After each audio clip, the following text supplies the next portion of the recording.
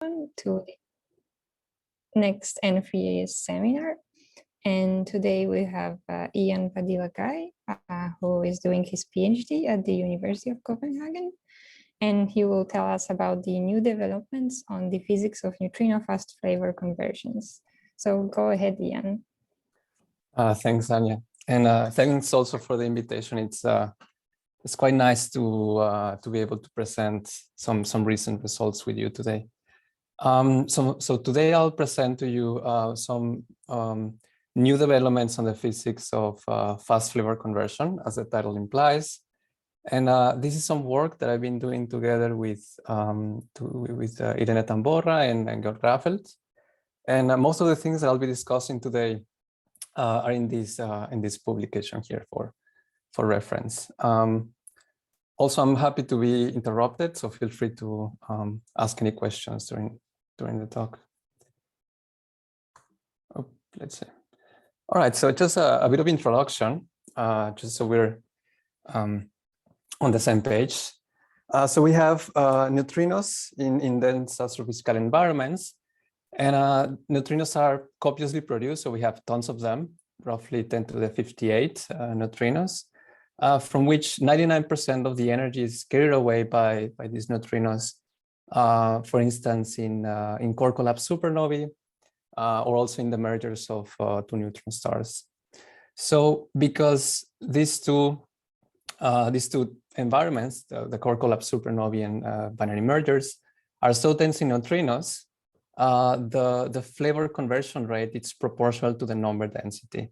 And this is quite interesting because a lot of the processes, for instance, energy deposition in the outflows of the supernova, are flavor dependent, and changing the flavor of neutrinos might change the delay neutrino driven mechanism that is supposed to blow up the star.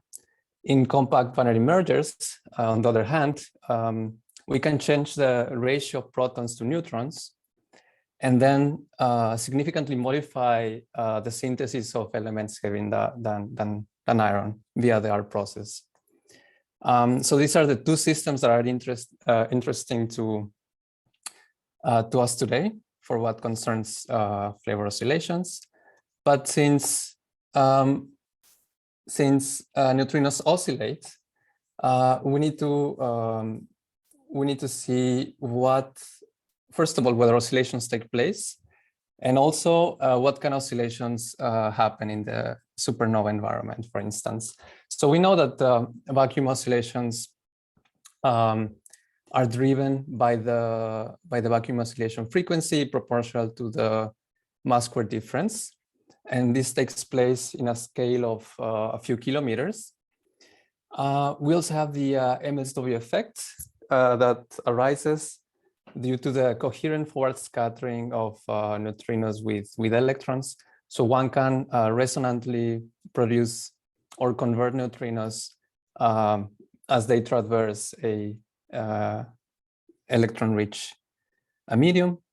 And also very interesting is the neutrino-neutrino coherent forward scattering, where neutrinos themselves also constitute a background, and therefore they also interact with themselves. So the flavor field interacts with itself, and leads to this special case that is very much discussed in the literature, the so-called fast pairwise neutrino conversions.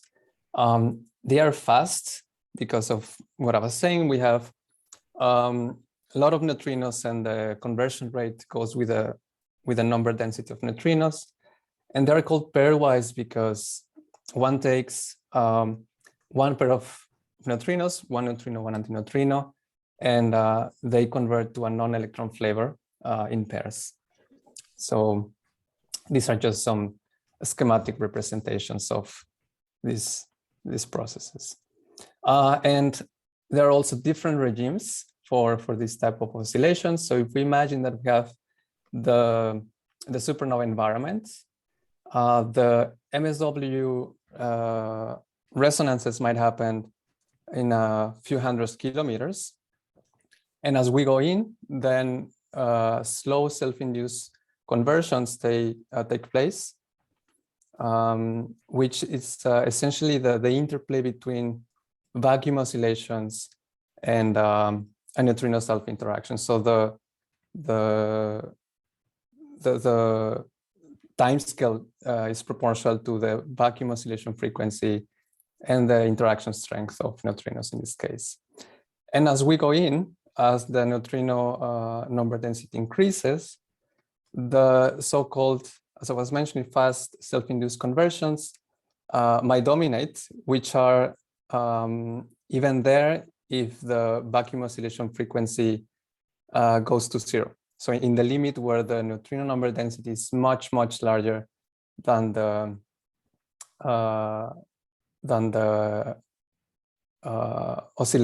vacuum oscillation frequency. So then the question arises, if we look at the neutrino source, what angular distributions of neutrinos and antineutrinos we would see. So because neutrinos and antineutrinos, they couple differently, they have different collision rates, then the angular distributions of neutrinos and antineutrinos are different, or one say that the angular distributions are flavor dependent.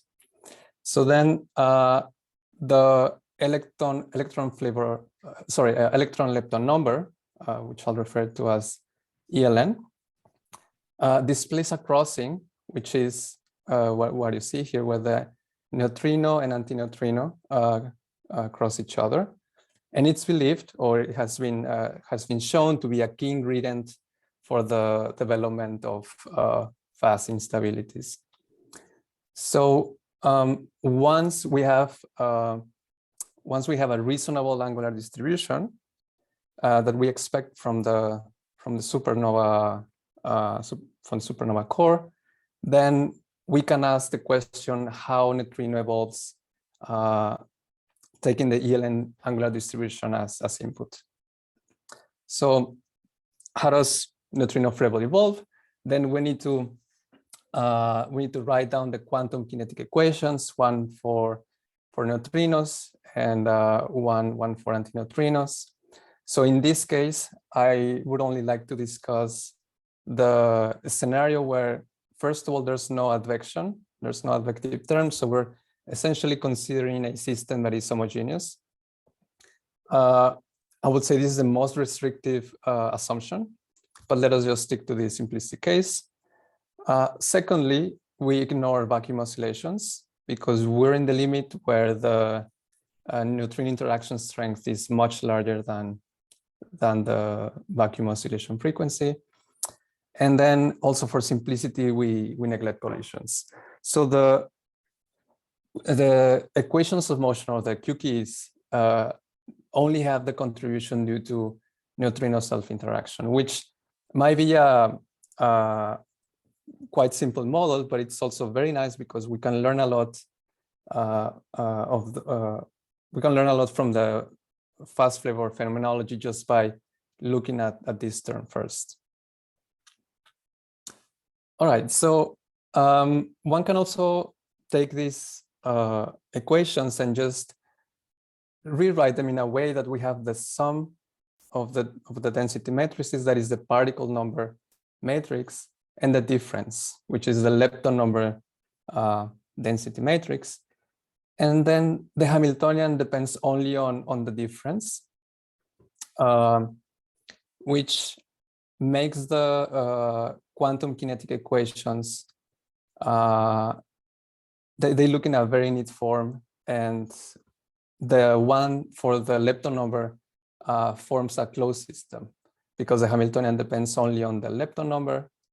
You can see that this whole equation depends only on D, and therefore, once we solve this, we can ask what's the density matrix S.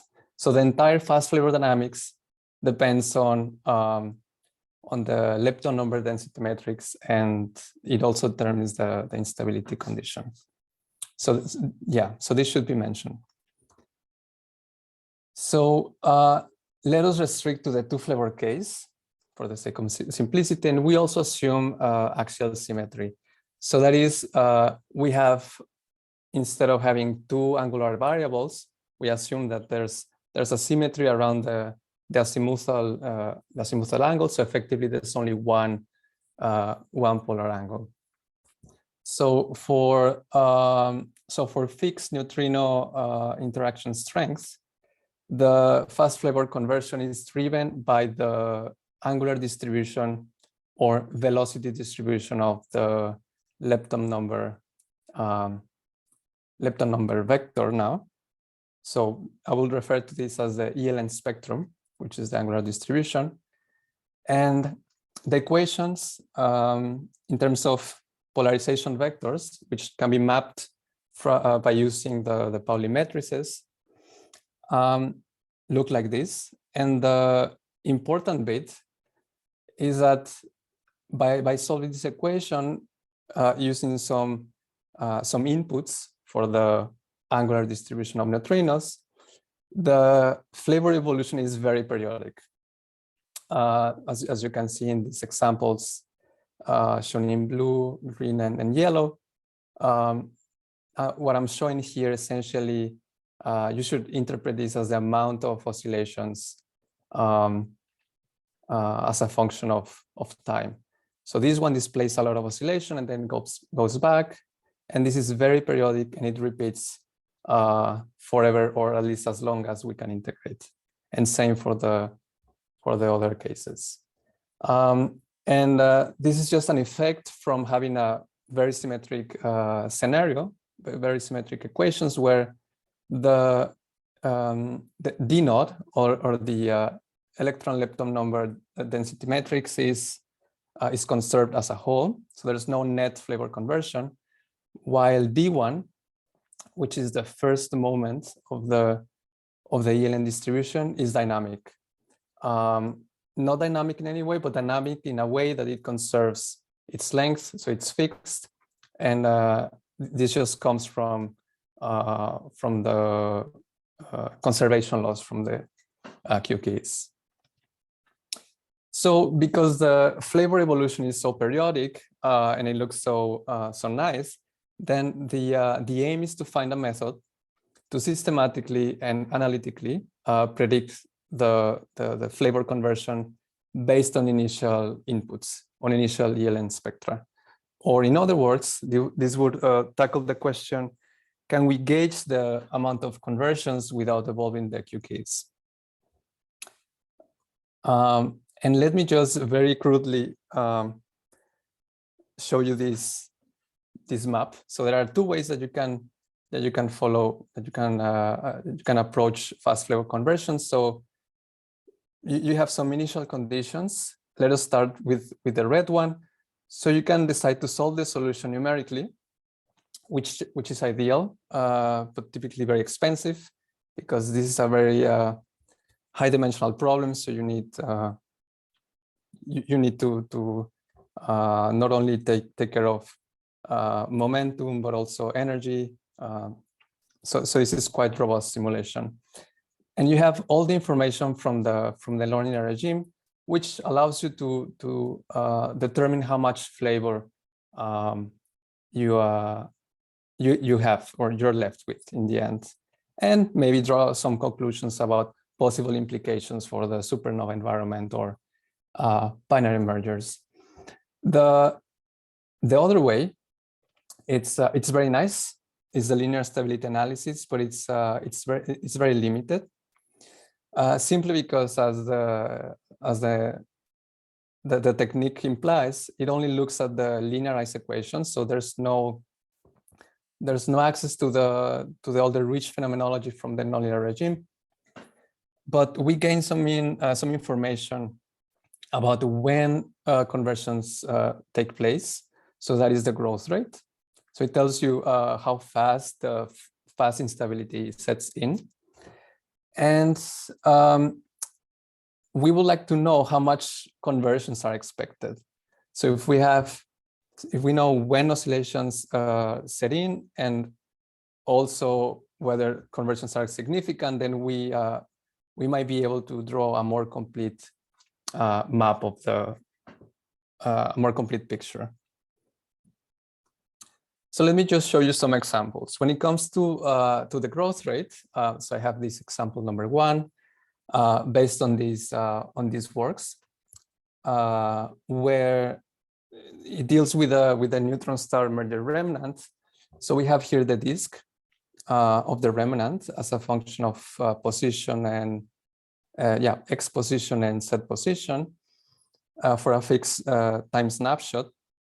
And essentially, any point that you pick above the disk, it's colored, which means that we expect an unstable solution at that particular position. And if we look at this red blob, then oscillations might take place even on the maybe between nanosecond and microsecond scale. Again, without answering the question whether we expect large or significant or not so significant conversions. And a second example is where you ask the question, what's the final flavor outcome, simulating the flavor evolution of neutrinos. And in this study, we took a similar we took a similar system with some assumptions, but the whole point about this study is that although we found very comparable growth rates with the previous study, we found very little conversions, only including fast flavor conversions. So no collisions. We're still in the same on equal footing when it comes to no collisions. So it would have been nice to have a diagnosis that tells you for this kind of initial conditions, you can expect this much oscillations without going into the whole numerical simulation. So that brings me to discuss what I call the pendulum spin, where is more or less where we have innovated. So we can show that the linear stability analysis has much more information than simply giving you a growth rate for instability, but also tells you to some extent how much conversions are expected. And that sort of allows you to,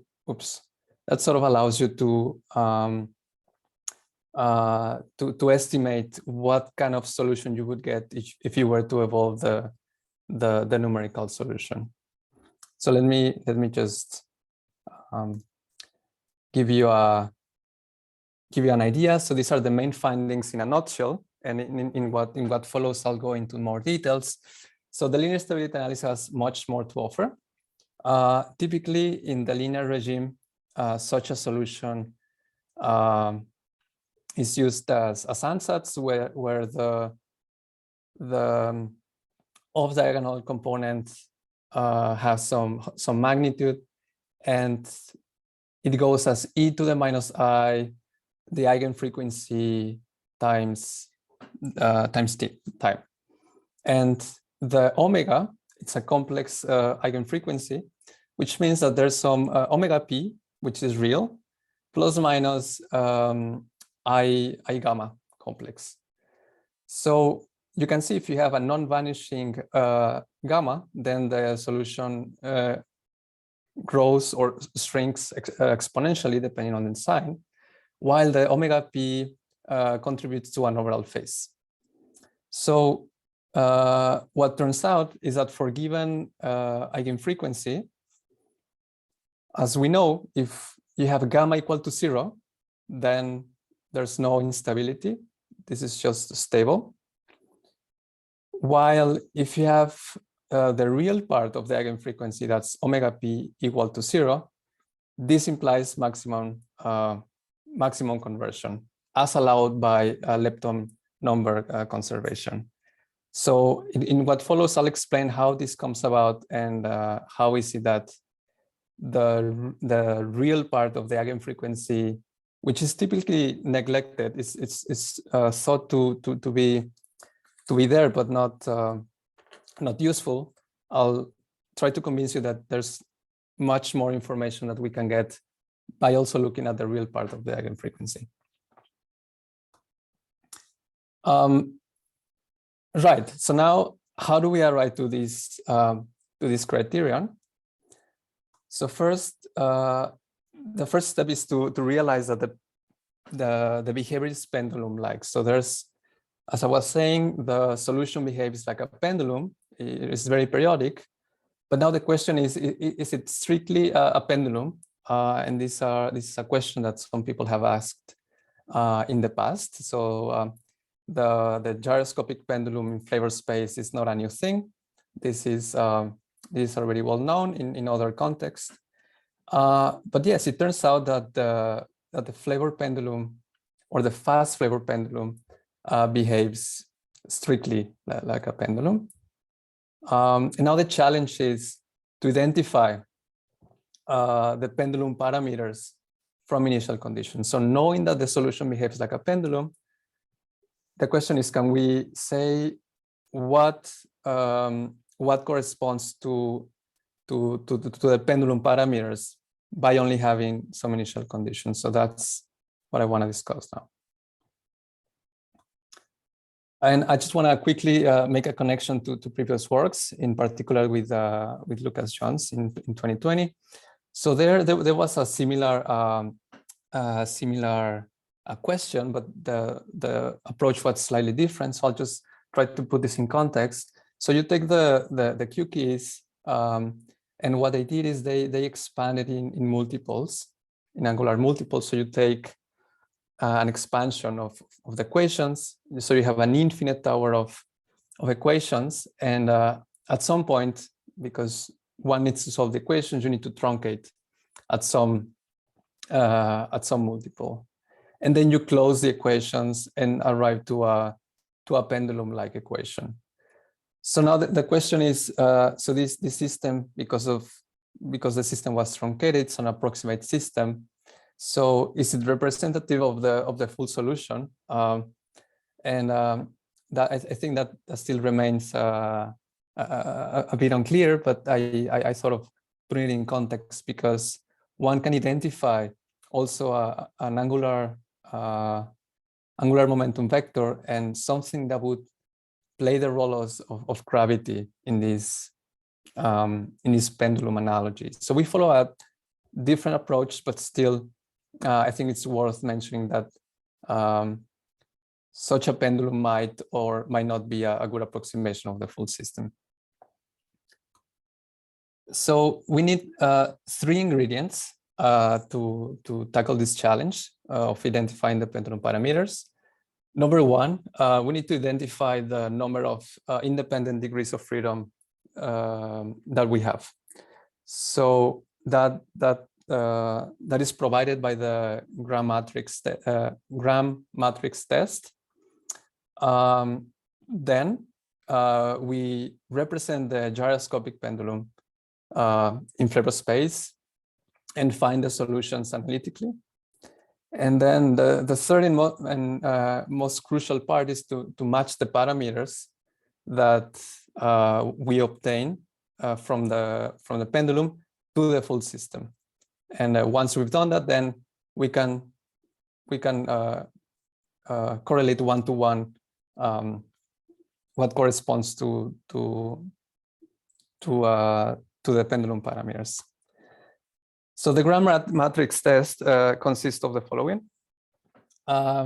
So because the flavor evolution of the angular modes is so coherent, that means that all velocity modes evolve more or less at the same time, and they're very similar to their neighboring modes. Then it suggests that it might be described by only a few degrees of freedom and not n degrees of freedom. So one can compute this matrix, which essentially tells you, if you compute the rank of this matrix, it tells you the number of linearly independent functions that you have. And what we find is that there's always one time-independent solution or one independent degree of freedom, which is not surprisingly the electron-lepton number density vector, which it's a conserved quantity. It's time-independent. And if we have n equal 2, that means that we have 2 dynamical degrees of freedom. That since we have n equal 2, then the rank of G is 3. So we have 1 time-independent degree of freedom and 2 dynamical, which it's equivalent to have 3 discrete angle modes. So we have 3 discrete angle modes, from which one of them is it's a constant of the motion. So that was the first bit. Secondly, after doing the grand matrix test,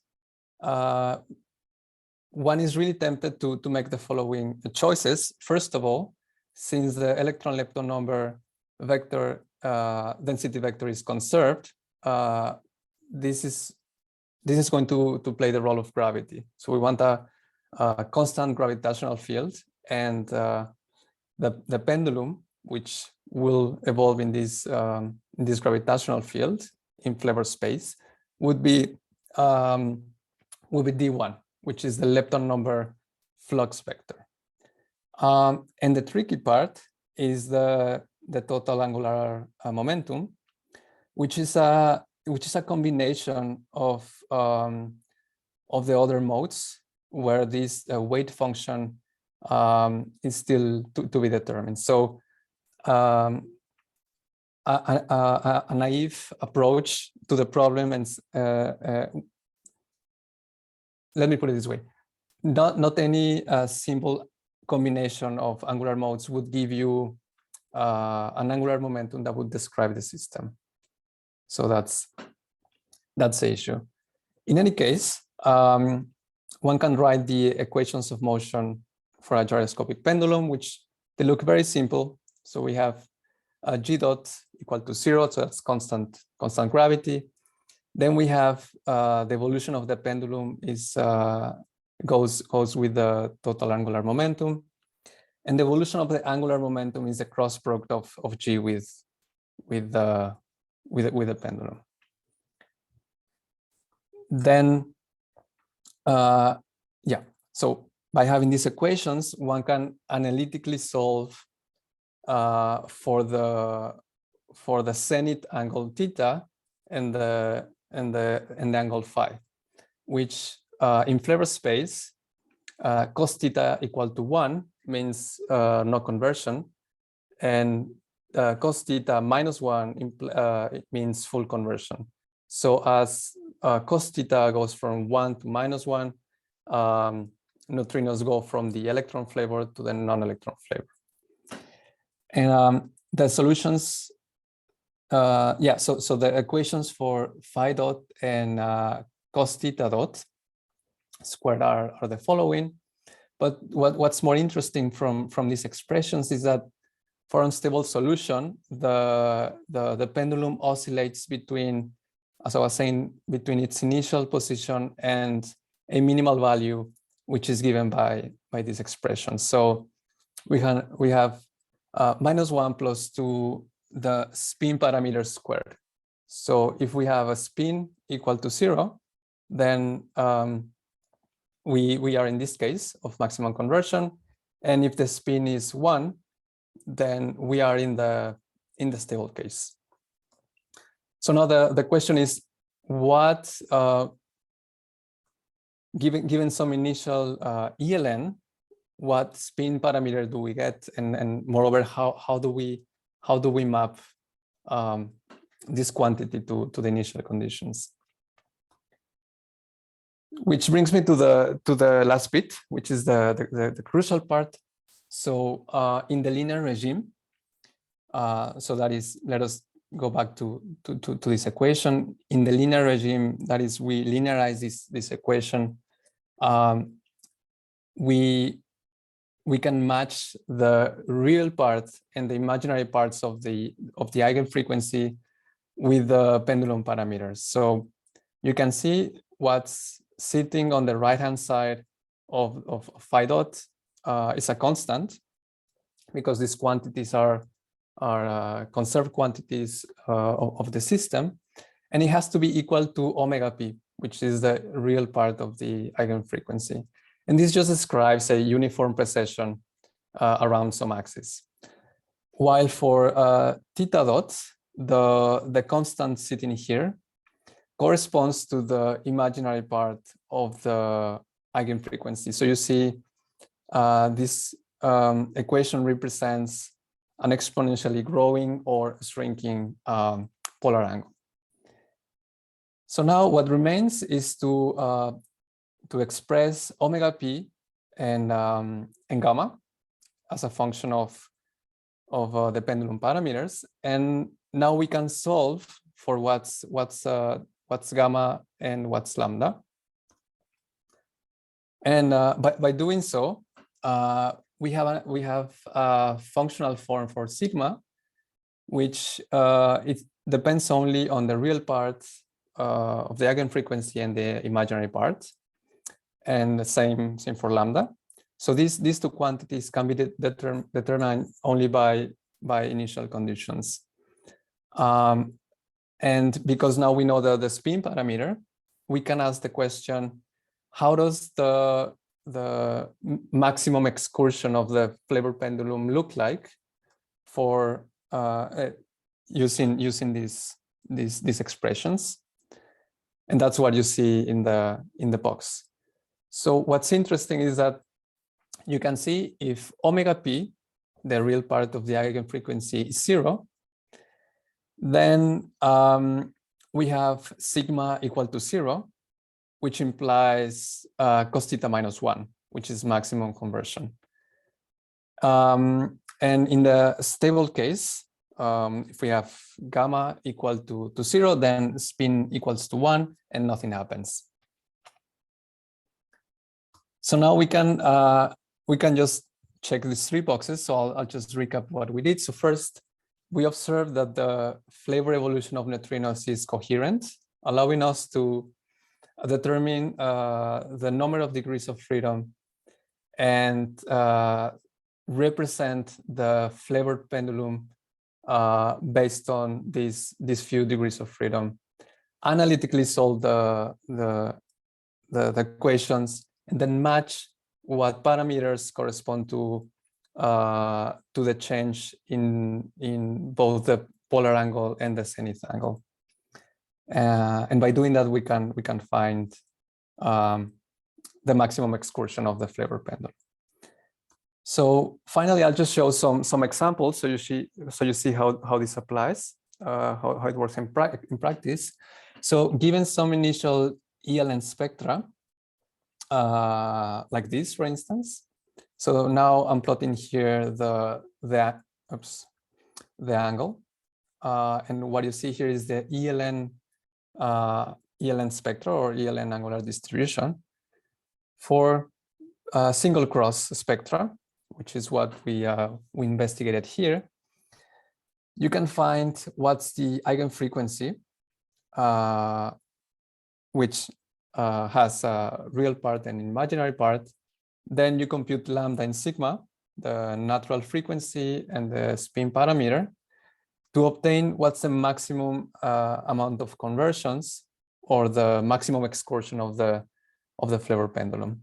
So if we take these examples and plot what cos theta min is, then for some representative examples, we see that the agreement between prediction and the numerical solution is very good.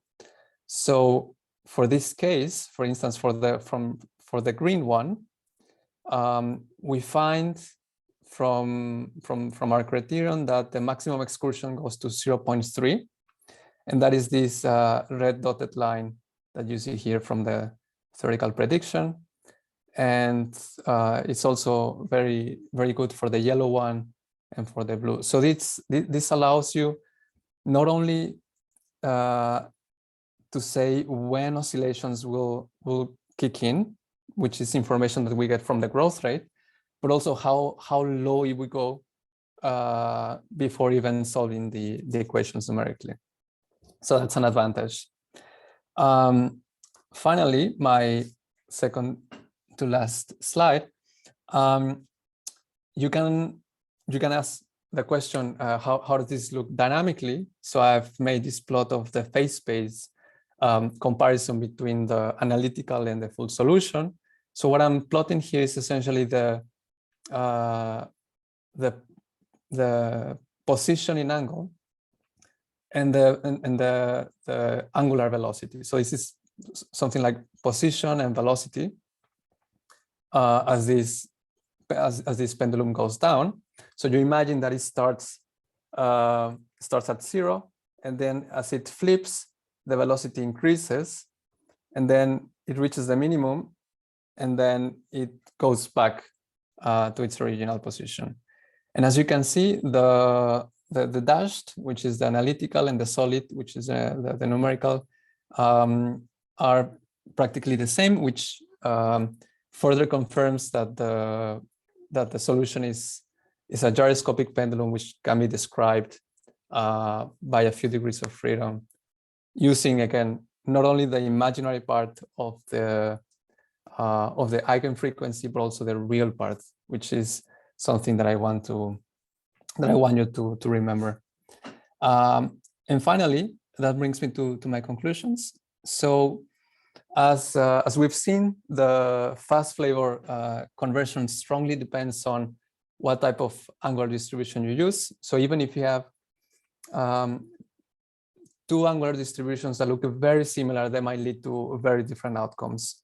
And the one observation is that even though instabilities might set in very, very early, they do not correlate to how much oscillations, how significant oscillations are. Moreover, the evolution of the ELN flux vector is equivalent to a gyroscopic pendulum. As we showed, this is a formal analogy. So we've shown this mathematically, and we can identify the pendulum parameters. The first one comes more or less for free, as we knew from the imaginary part of the eigenfrequency. We get the growth rate. And secondly, which was not very much appreciated, is the real part of the eigenfrequency, which tells you what is the maximum amount of conversions or the maximum excursion of the flavor pendulum. So as just to wrap up, based on a initial ELN spectrum, one can say not only when, but also how much fast flavor will occur. And of course, this comes with some caveats, because the system is very symmetric.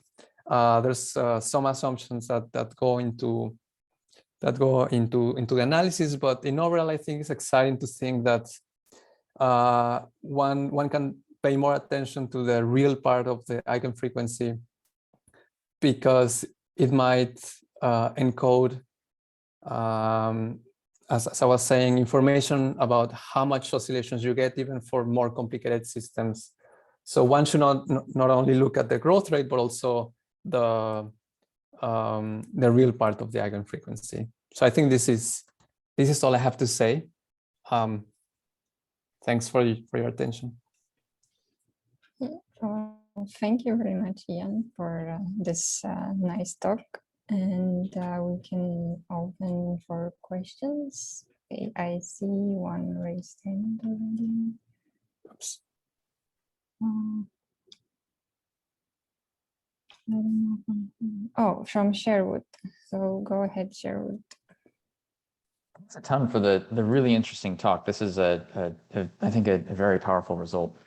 But I was curious if I'm sure you thought about it a little bit. I don't know if it's clear what the result is, but do you know how well this might carry over to inhomogeneous instability as well? To be honest, Wave I don't number think, not equal 0. yeah, to be honest, I don't think I have much intuition for how this might play in the homogeneous case. But I think there's definitely a lot of things that one can do when it comes to relaxing some of the assumptions that we made. So as you were saying, homogeneity is one of the most restrictive assumptions that we made. There's also the axial symmetry breaking that we might also include. Maybe 3 flavors. But I would say that yes, the inhomogeneous case would be the most interesting at this point. But to be honest, I don't have yet the intuition to say how this might play out, because this analysis really relies on the fact that you have something that is very periodic, therefore bipolar, and as soon as you include different K modes, then the solution might not be as nice looking as the one here. Okay. Yeah. Thanks. Thanks. Thank you. I don't see right now more questions. So maybe you said that you can do this analysis because you assume that everything is coherent. So I was wondering if you have any intuition what would happen if you include the collisions in your analysis. Yeah, I thought about it, and I had some discussions with people about this. So the issue with collisions is that they tend to isotropize the distribution. So they really reset the angular distributions that you have. And this is really important because what really matters in the supernova environment is, so first is where oscillations set in, and also where do they happen. And if this is really close to the neutrino spheres, where of course collisions are very active and they reset the angular distributions, then one needs to be careful about it and see how this can be implemented. But what I wanted to say is that as soon as you include collisions, then the pendulum, which the pendulum which I was describing, conserve its length in this case. If you include collisions, I think what would happen is that the norm of the vector would not be conserved, so it might shrink, and it would also change how the angular momentum evolves. So I think this is a much more complicated system, but equally interesting. But I don't have a simple answer for that. Thanks a lot. Do we have more questions?